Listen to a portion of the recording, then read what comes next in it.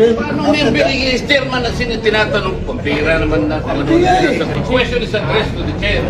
Why will the members answer that? Without that the authority to speak. Oo naman yung pinagsasabi. Why the chairman only speak? Office of the President, Vice President, kung ano-ano pinagtatanong niyo sa kanya. These questions never happened before. That is the one I'm explaining to you. It did not happen before. Now, ang tanong ko po, ba't nangyari po nung nangyayari na naman ngayon? We are talking of the office, not the person. Motion was introduced. You may not like the person, you may not like her presence here, but you have to respect the office of the Vice President. That is all. Because that is guided by the tradition. Kahapon po, kagaya po na sinabi nila, wala nang pinagtanong sa office of the President, and that is correct. That is in line with that tradition. Ngayon po, kung ang tinatanong ko ngayon, are we discarding the tradition? And is this committee authorized to discard a well-kept tradition? O kaya nga, then why are we intending to ask questions na naman at pinatawag nyo na naman kung sino-sino dito? That is why, kung hindi po kayo makakasagot, madam, ang tinanong ko na sa inyo, I am now moving. Oh, may bratinela pa? Saan po kayo nakakita ng gano'n? This did not happen anytime. Panglabing 7 taon ko na po ito. Alam niyo, Madam Stella, I was already here when the Vice President was Noli Di Castro, when the Vice President was Binay, when Vice President... But you were also here in the last hearing. No motion was introduced. Yun na nga, kasi question na kaagad eh. Walang man lang...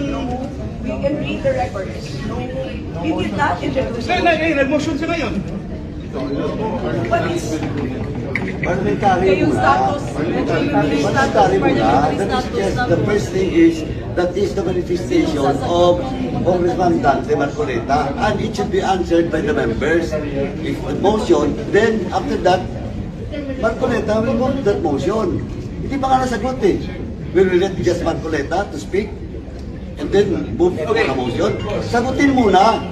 Sagutin muna yung point niya. The chair will answer. Yes, you can introduce a motion, but have a member introduce it. No. Before we move a motion, parliamentary lang ka. The rulings of the chair form part of the precedence of this committee and of the House. So you have to answer the question. Sagutin muna. Yes. Then saka mag-move. Kung may Yun. mag-move. Okay, settle.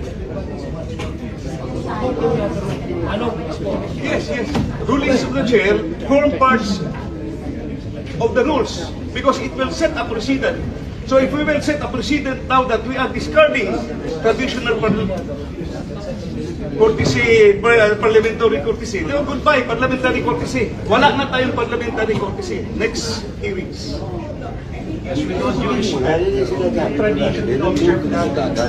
Dapat members answer your query or your manifestation.